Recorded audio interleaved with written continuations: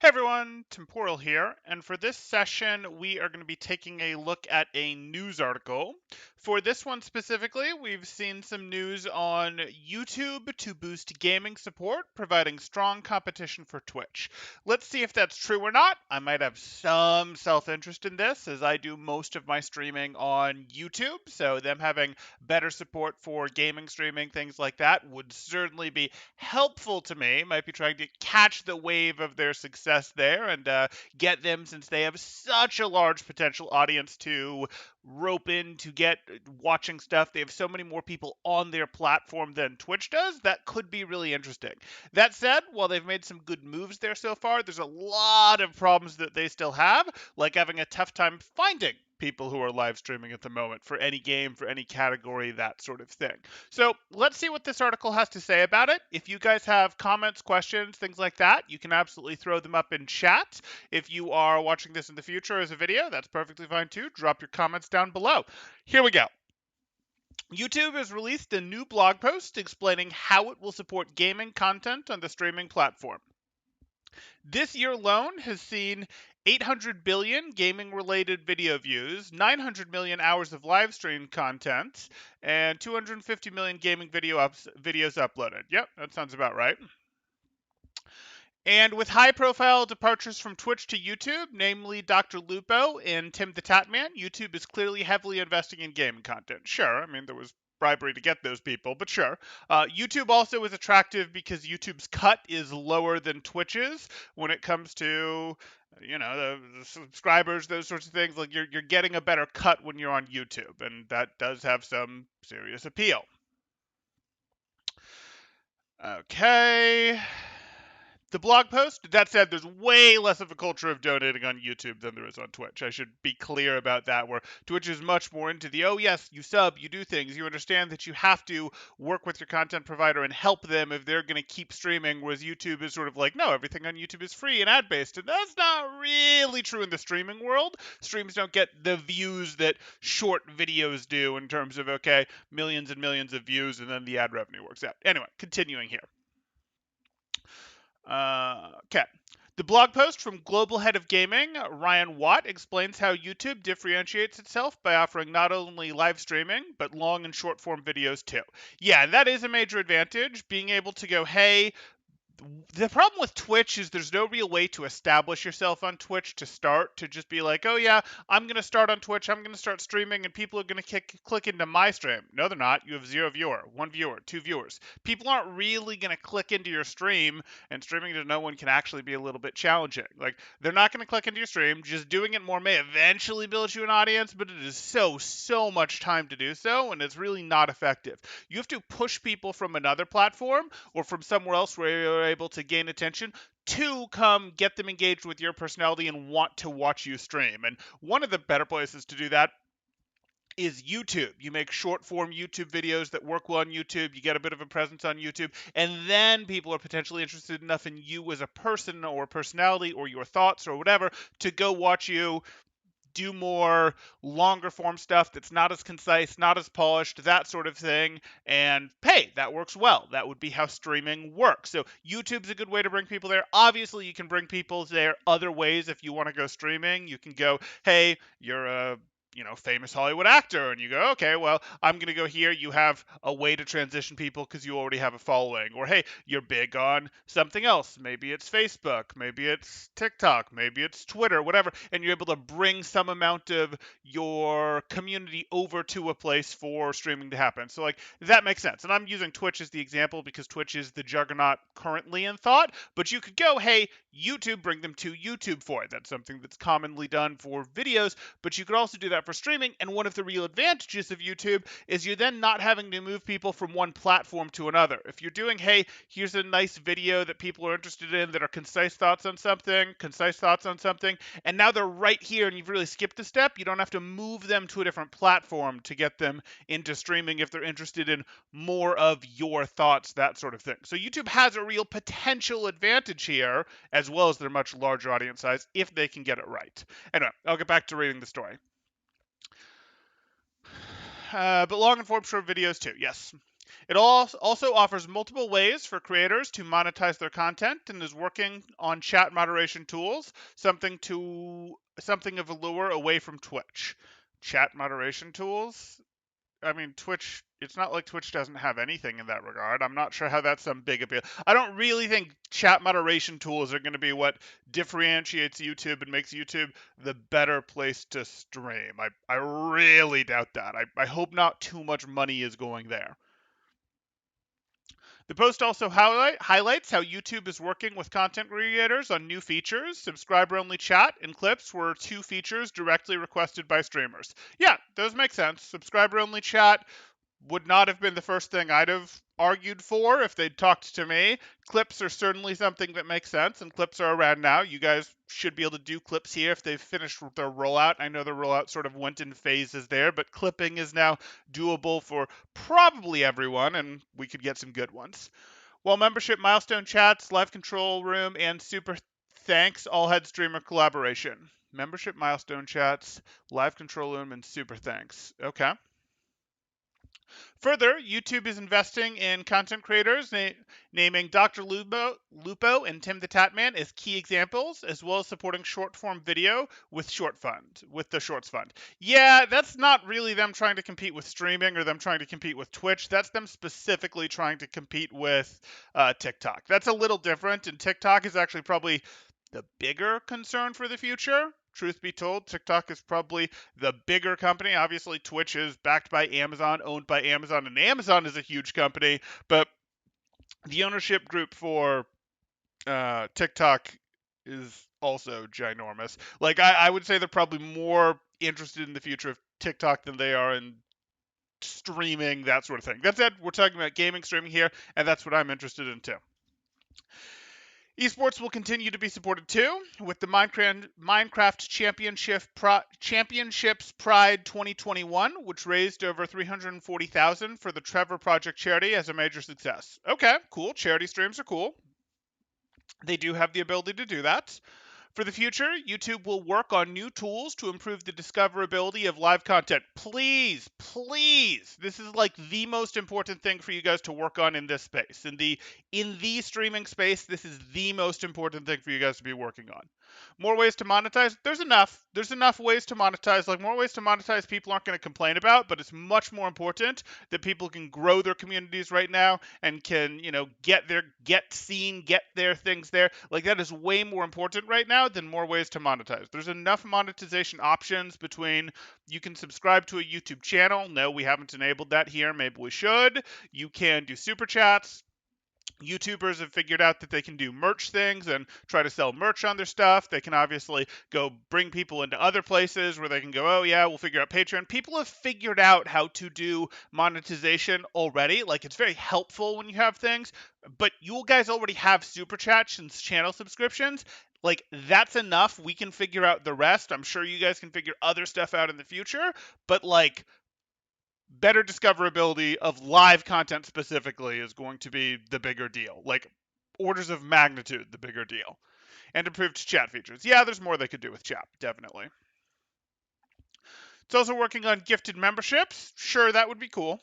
And live redirect for gaming to send viewers to another live stream. Yes, hosting. Okay, cool.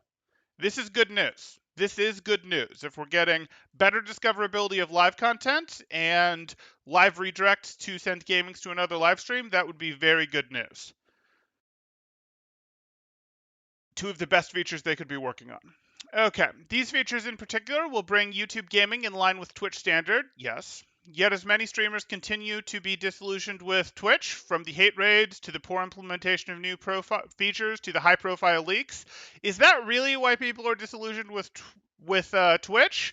Or are those the reasons that gaming journalism is willing to cover for why people are disillusioned with Twitch? There's things that people don't like about Twitch, they're just not the things that apparently gaming journalism wants to cover, which gets more into, okay, are we going to talk about, okay, the censorship gets silly in terms of what it does, the bans get silly in terms of what they do, the hot tub streamer type stuff, the, okay, we're going to put dear girl in charge of trust and safety, not in charge, but like on trust and safety. I don't, we're going to put people who have had opinions that voice chat shouldn't be allowed in gaming because it's too much of an advantage. Like, I think I think those are much more why people get disillusioned with Twitch than hate raids and poor implementation of new features.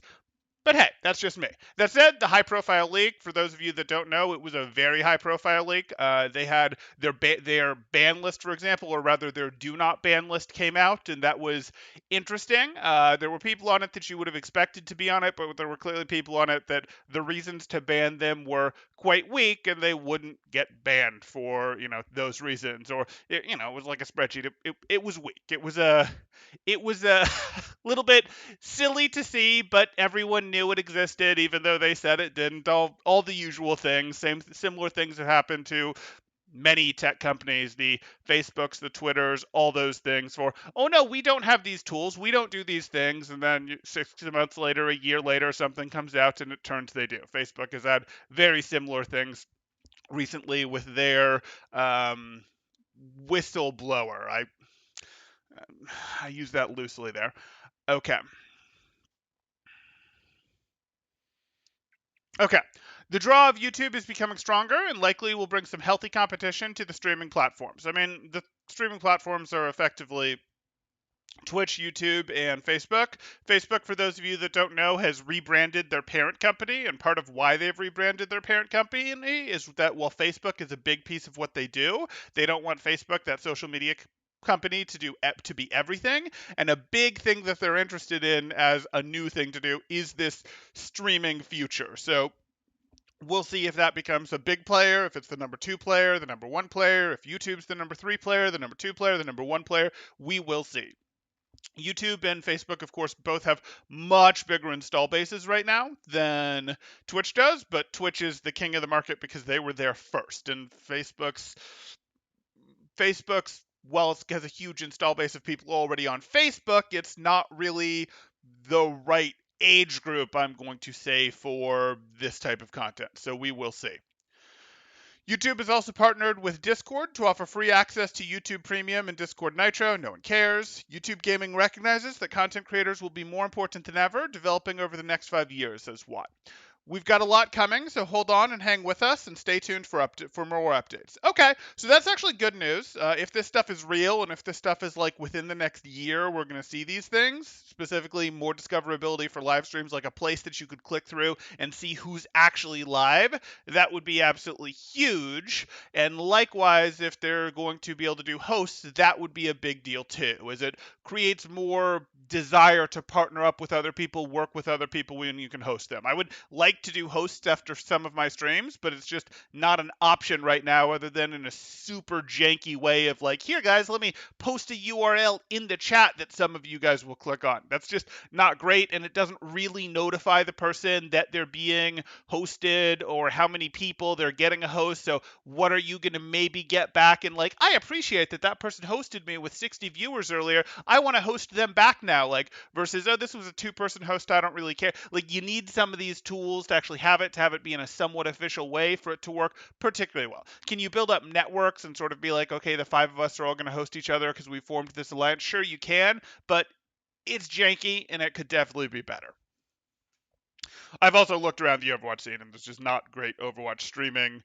There's just not much Overwatch streaming on YouTube right now. I have looked, though part of my ability to not find it does have something to do with the tools for discoverability are really bad. That said, I have looked, I have played with the search tools and gone, okay, live now and this and that, and you find stuff with like 1, 2 viewers watching, that sort of thing. We are the biggest Overwatch streamer on YouTube.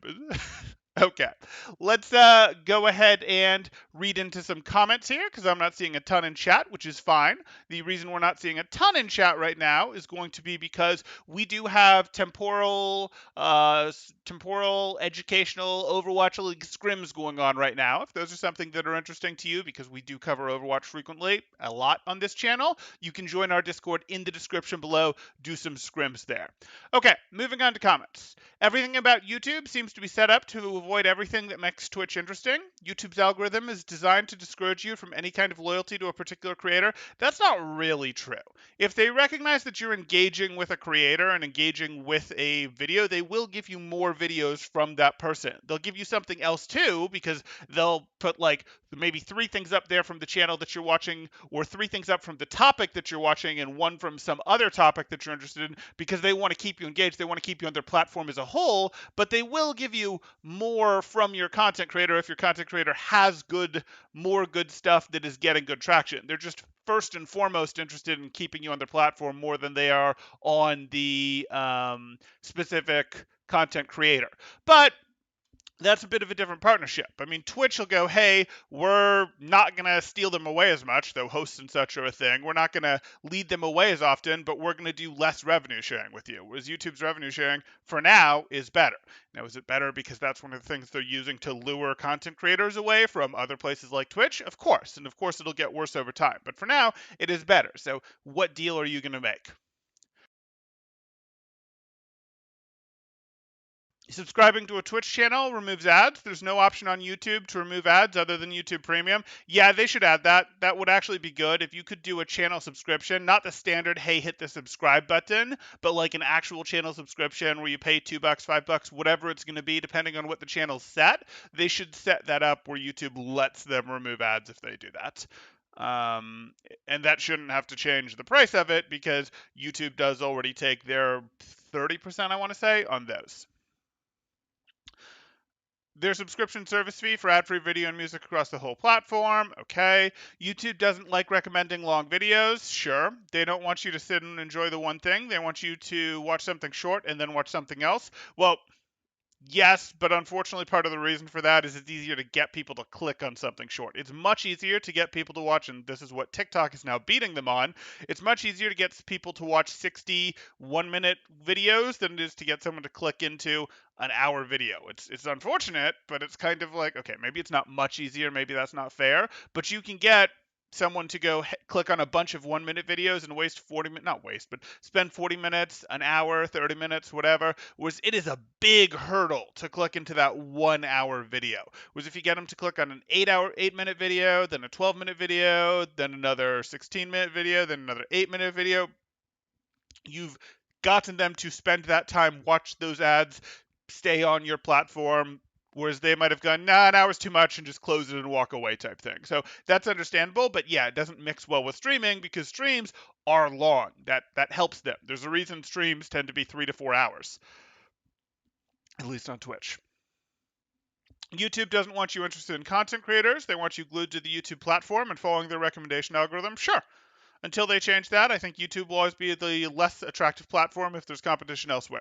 Well, no, there's things you can do to make yourself more competition, like add greater sharing, let the creators have a bigger percent, which is what YouTube has done. Like, I think, or have a bigger potential audience, which is also what YouTube has done. Like, there's more eyeballs in the YouTube ecosystem than the Twitch ecosystem. That is reality right now. Now, there might be more eyeballs watching streaming in Twitch. There are more eyeballs watching streaming in Twitch. But if people are thinking of the people in the ecosystem as potential customers, especially if YouTube is going to make some of these discoverability tools better, there's an argument. And you can see why, I wouldn't agree with Asquelt here.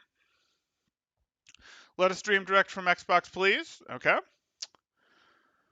Why no mention of reused content rules without addressing that? Isn't this new boost in supporting gaming rather moot? Context, YouTube has been demonetizing small channels without warning, saying they break reused content rules. The replies by Google product experts on YouTube support forums basically points to, I'm paraphrasing here, gameplay videos are considered reused content. You need to heavily transform it to be in good standing. Adding a narration is not enough. Need to plaster your face on the gameplay videos, keep blabbering, etc. Okay. It really depends what they mean by narration isn't enough. Because some stuff you do run into that on of, hey, if you're going to say a word every 5 minutes, yeah, that's not going to be good enough. But we certainly haven't run afoul any trouble. That doesn't mean that we won't, but we certainly haven't run afoul any trouble when we've done VOD reviews here, and that's just gameplay content and me talking about it, pausing it sometimes and talking about it, drawing on it sometimes. Like, that's definitely transformative, and we haven't tripped. Hopefully, we could be less transformative than we are and still not trip up the wires. But I do understand some degree to need to say, hey, this has to be transformative, because otherwise you run into similar issues in other spaces where, hey, you are, for example, watching a movie, you put together a bunch of cutscenes from a game and you go, this is my video, and it's like, that's not really your video. That's the video that was from, I don't know. We could go Final Fantasy VII, and that's really Square Enix's video. Like, what you shouldn't really be profiting off of that. Or you go take a movie and you post it up there, and you're like, ah, yes, and we are critiquing this movie, and you say one word or one sentence every 15 minutes, or you make a comment every 5 minutes, and then just let it play, mostly as an uninterrupted experience with just short little comments here.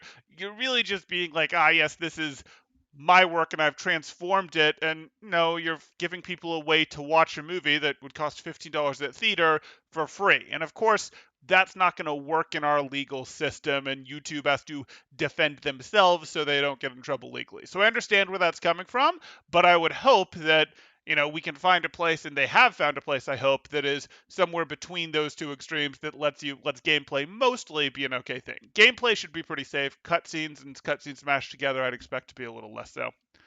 Okay. The weird thing is, if you check YouTube reused content rules and advertiser-friendly guidelines, gameplay videos should be safe. These are just not clear rules. They're just too subjective. I've looked at them. They're not very helpful, and that's lame that they're not helpful. Slightly amazed it's taken them this long. They've rolled out other stuff. Like, they have rolled out other stuff, but this would be big stuff if we can get this within the next year from a development standpoint and a rollout standpoint. Surprised the doc doesn't get a mention, as he was his big influence on. Okay, cool. This generally reads like a YouTube press brief law. Right, because its source is a YouTube press briefing. Like, that's not terribly surprising that that's how it reads here. And they did link their source here. Blog post from YouTube, that's a YouTube press brief. So that's not super surprising. That said, I think Reddit commented on this. So let's see what Reddit has to say. And actually, that reminds me, I should check with these guys if we can post this kind of thing to this subreddit, because that might be interesting. Let the chatters engage there as well. Okay, so similar concept right up here. Biggest issue is visibility of live streams to me. I have to go to channels to get the stream. Should be homepage or pinned at the top of subscriptions. And that's as a subscriber. New people have no chance of finding it. Right. This is definitely the biggest issue, but it sounds like they're working on it based on what we read here. Very hit or miss thing. Sometimes active live channels take priority over everything on my sub feed. Others, I've got to scroll through to find their channel page. Yep. It's in the feed filters. Usually works grand, but just quality of life thing. It sometimes works. There should just be a live tab in your subscriptions, or better yet, live should have its own section where sub channels on top. It should probably have its own section, but it should be on your general landing page. Like, it shouldn't be, I have to click a different tab at the top to get over to live. It should probably be like, hey, this quadrant, when you're scrolling through things, this quadrant or whatever over here is live, or we're going to mix in more live stuff intentionally. Like, you got to do something to support it a bit better than a tab that may not get clicked through to. But you could have a live section that it's just earned part of the real estate. It's my issue as well. Tried to watch L on my tablet. I had to search for Overwatch League, click the account in the videos tab to see the live stream. Rarely watch it, so it does not show up as recommends. Okay, 4K resolution. Yeah, that'll be cool for people who have, better internet than me.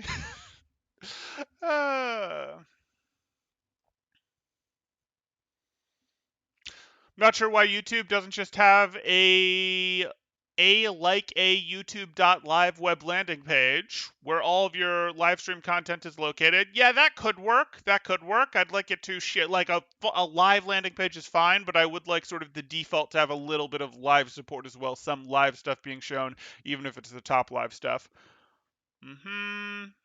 We've heard this how many times before? Until they realize they need a landing page catered specifically to live content, until they realize they need to allow people to curate their viewing experience on YouTube, it's not going to be as popular. They do need a live landing page. It's true. It is hard, even when you're actually specifically looking for live stuff, to find live stuff. That is a problem.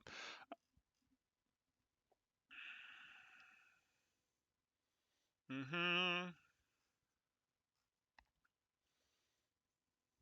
YouTube might get a lot of views for popular channels, but it's poor for discoverability for primarily live content creators because of lack of directories. Yeah, that does hurt it. That does hurt it a lot. But Twitch has a very similar thing where it's feast or famine, and those that are feasting are really feasting, and most of everyone else is, pretty hard famine. But that's going to be most things when it comes to content, entertainment, life.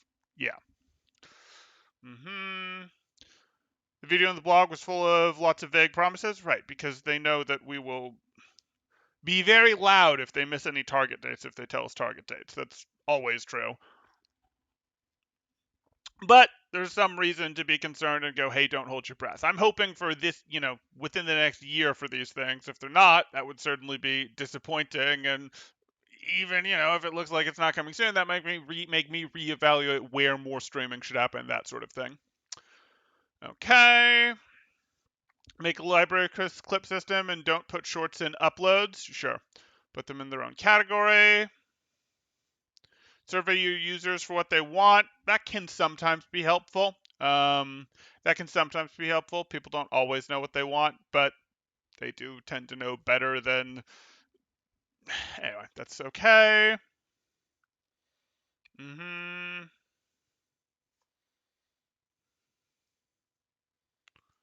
Okay. Anything else here? They need to fix their algorithm. After a few weeks into the last season, I did not have trouble getting Al streams to pop them on the front page. Only it was friggin' for the next day or the not yet live APAC ones. Yeah, that's a weird one that they do a lot of scheduled stuff. And it's like, we're going to show up, put a lot of videos up here for upcoming live streams or upcoming events or premieres. And it's like, that's a lot of space that gets given to those things when you're just scrolling through. I'd agree with this try again commenter here. I've seen this one before. Okay, bad sign. Bad sign. Bad sign that we've seen these promises before and they haven't delivered yet. That said, they have delivered on some things. I don't want to be too harsh on them here, though I do think some level of harshness is appropriate because they have not gotten some things out that we absolutely would expect them to get out. And the biggest one is there has to actually be a reliable way to find live content. YouTube has way better potential for growth than Twitch. The app is established and is on every smart TV app in the entire living room. And if you do it right, you can reach a wider audience with YouTube gaming than Twitch. Twitch to me is just for gamers that want to watch gamers play. I'm a gamer, but I've never been interested in going to the site to watch someone play. But on YouTube, I see random YouTubers streaming game, and I wouldn't go out of my way to look for, and I'm always curious to watch. And if you get the app integrated with Apple Pay or Google Pay or something, this could be a great starter for YouTube to dominate. I can see it happening. This would be the dream for people that are trying to make it work on YouTube. Sure. Okay, nothing interesting there. Nothing we need to catch up on chat with. So I think we'll wrap it up here. If you guys are enjoying the content, please do drop a like, consider subscribing if you haven't already done so and would like to see more content like this. If you would like to catch this stuff live because there's a discoverability problem, a notification problem, all these things on YouTube, you can absolutely ring the bell to do the subscribe, ring the bell to get YouTube notifications. But the best way to reliably get notifications to see what topic we're covering, if it's a stream you're interested in, is to join my Discord, and in my Discord, go to get notifications and react to become a watcher. If you do that, you'll get Discord pings, which are much more reliable of when we're going live, what we're covering. If it's a story that interests you, great, you can be here for it. If it's a guide review that interests you, if it's us, responding to Red Shell's thoughts on Lucio needing a buff, and that's interesting to you. If it's a review of a scrim game, whatever, you can see what we're going to be covering, and you can decide if that's something you want to tune in for or not. Join the Discord, become a watcher. Okay, we'll go ahead and call it there. Thanks, guys. Temporal out.